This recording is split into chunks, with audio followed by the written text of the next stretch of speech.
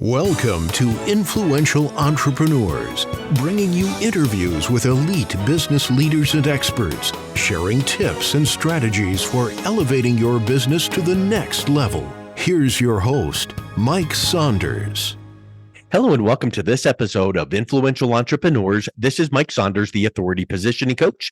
Today we have back with us Ron Cook Jr., who's the owner of RC Wealth Advisors, and we'll be talking about secure retirement strategies. Ron, welcome back to the program. Thanks, Mike. I'm back again, man. I'm ready.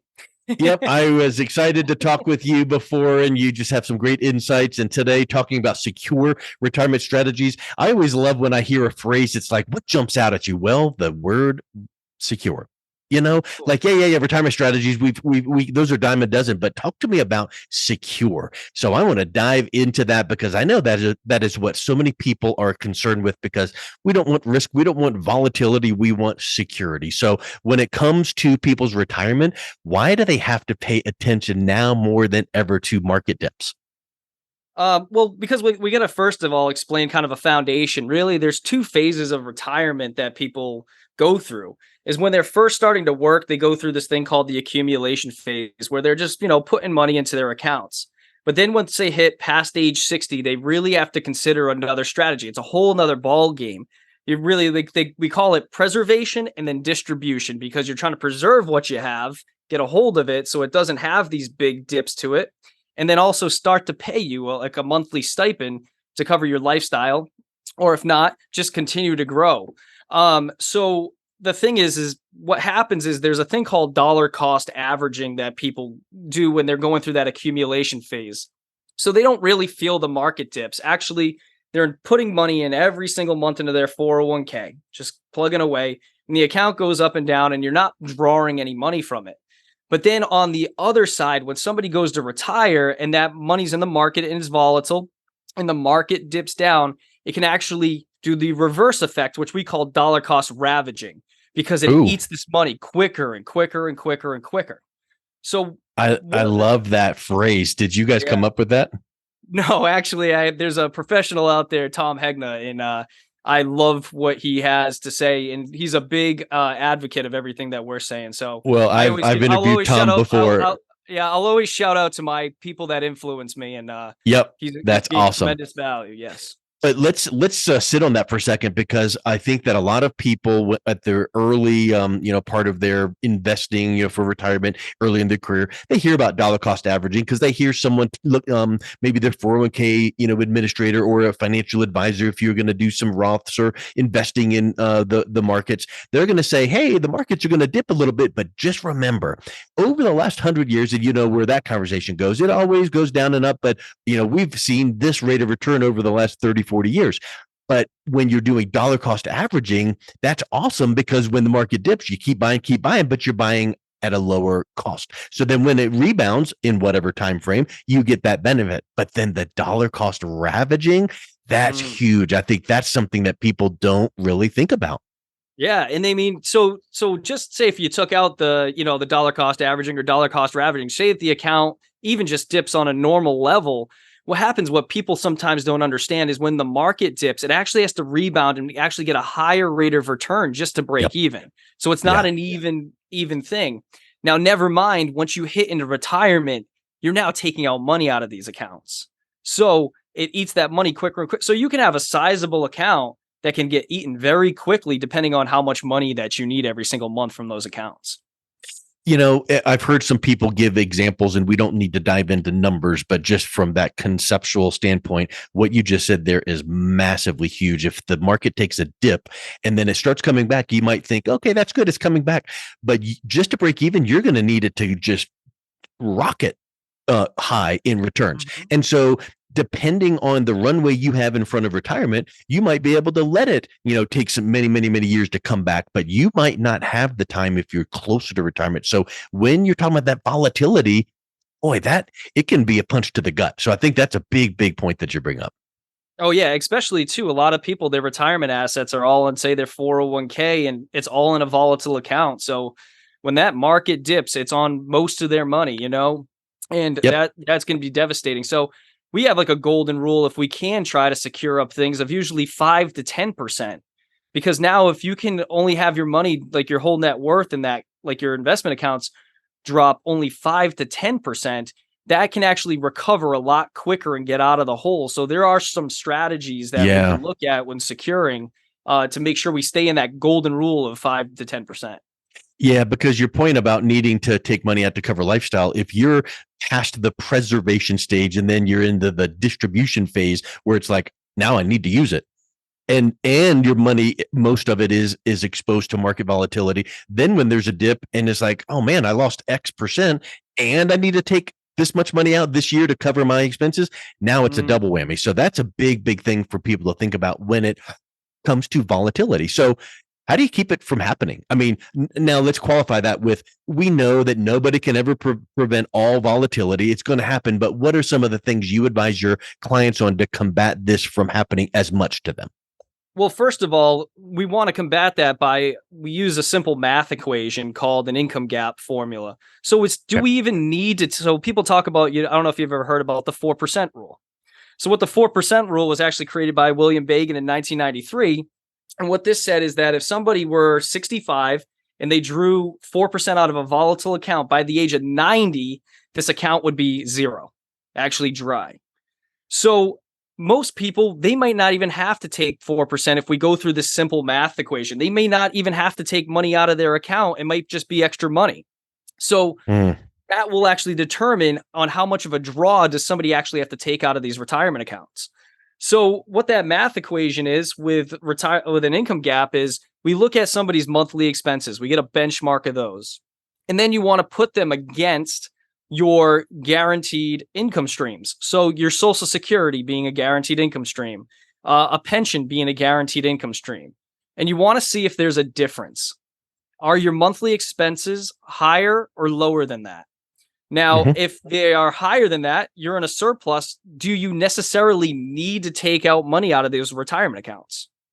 Probably not. Sometimes yes, sometimes no, depending on the type of account. So So like for a monthly stipend, maybe not. If anything, that's more of extra fun money. Like you want to go on a trip with a family. It's really leftover money because every single month your bills are covered by your Social Security and pensions. Now, most people don't fall into that. They fall into a thing called the income gap where their expenses are more than their Social Security and their pensions. And there's several ways to go and cover that. When you're talking about gap, it makes me think about, again, without getting into the weeds, because I know when you say formula and algorithm, there's numbers that can go into this. But I do know that we as humans are living longer than we ever have in decades past. So back in the 50s, maybe this gap calculation would have looked very different because, when you retire at this age, we need your money to last this long. Well, the life expectancy today might be a lot longer. And especially I hear women live longer than men. So how do you calculate that into your gap calculation? Yeah. So if you're my thing is if you always have enough guaranteed income to cover your expenses, you actually lower all the different retirement risks. So because the longer that you live, what happens is you have a thing called longevity risk. It's a risk multiplier. So what I mean by that is if you live a long life, so we say either spouse, there's a higher chances of them raising taxes. There's a higher chance of the market dipping. There's a higher chance of you getting sick or injured. There's a higher chance of you spending down your money. There's a higher chance of inflation being higher, which then could eat that money quicker and quicker. So the ways that you want to go and try to mitigate this or fight this is in several different ways.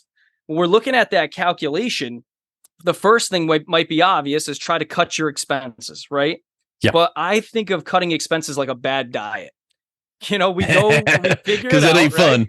Yeah, we go, we cut out the expenses, but then the next year they come right back up because we're used to living a certain lifestyle. We're used to spending that amount of money.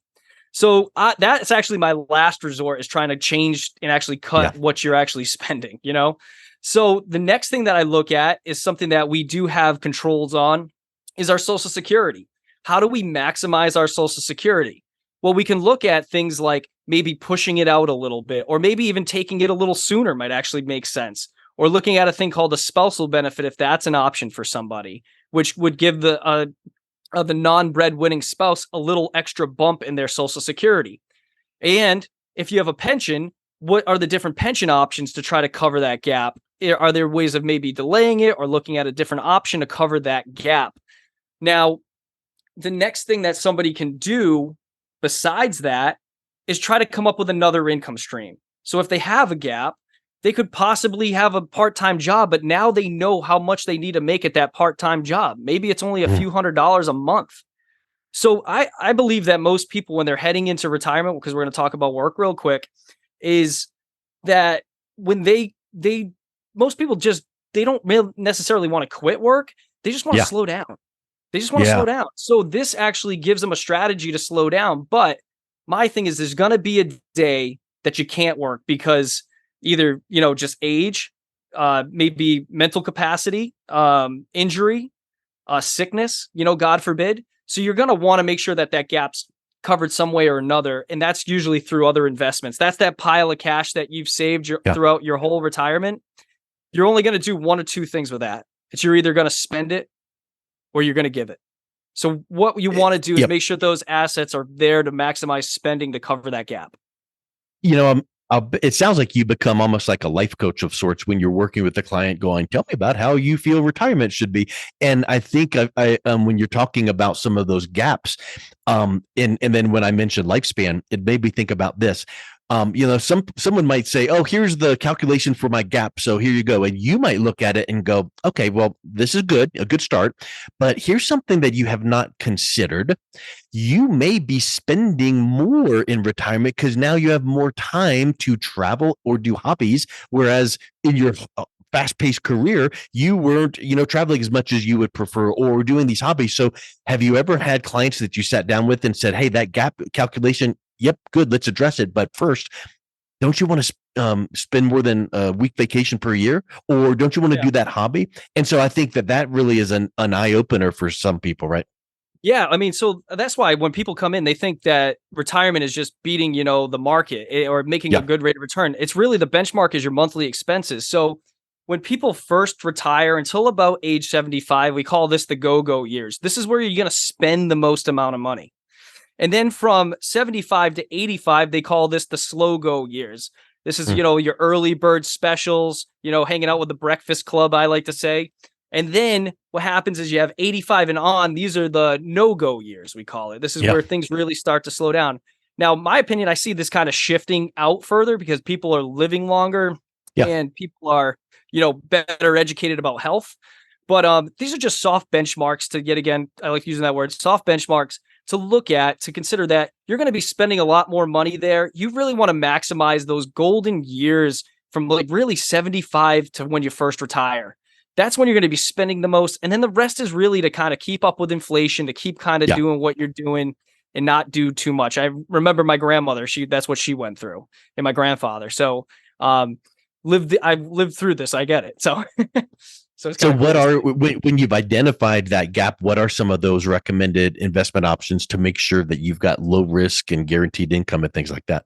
Yeah. So if we're strictly looking at investments, there's only three worlds that you can look at, three real big major institutions. One, you have just your traditional banks. The next one that you have is usually the stock market or the market in general. It doesn't have to just be the stock market, it can be just the market. And that's where you'll see things like stocks, bonds, real estate, mutual funds, gold, mutual funds, whatever it is.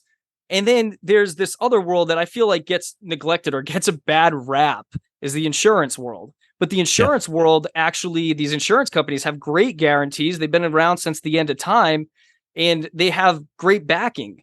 And so when it comes to income to cover this gap, you have one of two options. You can either go with the unguaranteed option or the guaranteed option. Well, most of you, when you're looking at that income gap, have it covered through Social Security and a pension. Those are guaranteed income streams. Why not just create another with a portion of your money? And you have that option. You can go purchase an income annuity, one that's going to go and cover that difference.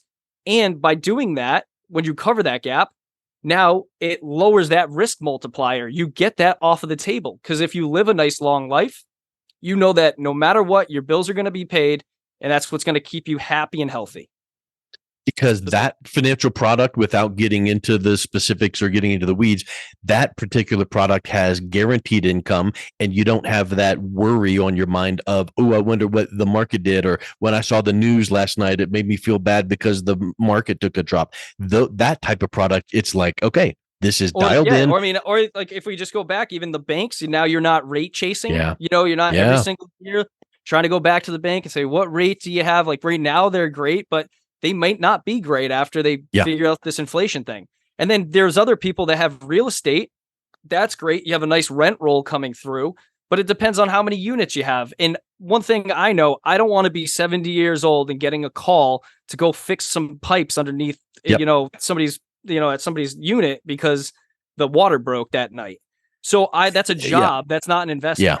So that's something I want to cut back on. And I can get similar results outside of that, where I can just sit there and enjoy the time with the people that I want to be with, when I want to be with them, and where I want to be with them, and enjoy life, or my passions. And that's what ultimately I want to do, or you should do too, So. Yeah, I mean that's really what it's all about. Is if you've planned the right way and done all of your accumulation years properly, then when it comes into kind of enjoying that and preserving that, now you've got your options. So when we're thinking here, talking about these, secure retirement strategies, I just love how you're focusing in on that. Can you think of a example, a case study, or a client example where you've worked with someone that put these into place and then what they experienced?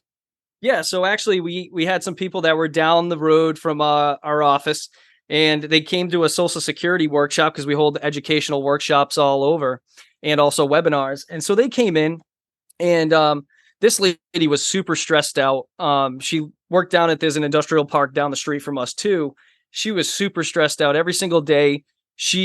What happened was there was new management that came in. And new management ended up firing all of the older employees for the most part and put younger managers in place. So now what happened is this lady, she was in her 60s. She had to go learn all this technology, and she wasn't tech savvy. So she kept going into, I'm going to call it the Green Line company down the road from us. And they told her, you don't have enough money to retire. So what we did is she came in after the workshop, and we just ran the numbers for her. We did that income gap formula. And there was a shortage between her bills and her Social Security because they didn't live a crazy lifestyle, her and her husband, of only a few $100s. But she had a decent sized 401k. All we did is simply carved out a portion, used that guaranteed income to cover that income gap every single month. And the next day she retired. She actually. So let me get this straight. The stress relief was awesome. You should have seen the 401k administrator at the company said, oh, here's my opinion. You don't have enough to retire. Mm-hmm. And look what the reality was. Yeah. And by just using a simple math equation, because they're looking at a statement. A statement is not a financial plan. Yeah. You receive that every single quarter. It is not a financial plan. So you need to look at the whole thing, how it's all encompassed. And whatever the amount in her 401k was, it sounds like you did not even need to drain it. You just needed a portion of it to create that guaranteed to cover the gap, right? Yeah. And exactly, Mike. And what's even neater about this is they carved out that portion, and that left the remaining amount that they have to literally do whatever they want with. They could do, if they wanted to go, either pay off their house, if they wanted to go on vacation with the kids, so they can really maximize those golden years. And what we're going to talk about, what we actually did with the remaining part of this money, we're going to have a later conversation about tax planning. Now they have that. Now what do you do with it? How do we lower that tax bill to really maximize? If they wanted more money, they could spend it. If they wanted to keep up with inflation, or if they were just trying to give more money, they were able to maximize and give that. And I'm going to talk about that in a later conversation with you about that example, smart retirement strategy. I'm looking forward to that, and I think that's spectacular. I want to just kind of put a cherry on the top of that case study example. This lady was feeling turmoil in her gut, sees your seminar, talks to you. You show them these hard numbers, and you show them the path forward, and she literally retired the next day. Oh yeah, they were crying. They were crying in my office. Her and her husband, and her husband, one of these one of these blue collar guys, tough blue collar guys. And he, he was a handyman, and yeah, he was even crying because So it's got to like see his it's wife like be relieved of this. yeah. I was just going to go to that, which is logically, I can now retire. My gap is covered, what a relief. But emotionally, you changed their life because they probably thought they'd have another 10 years to work to achieve retirement.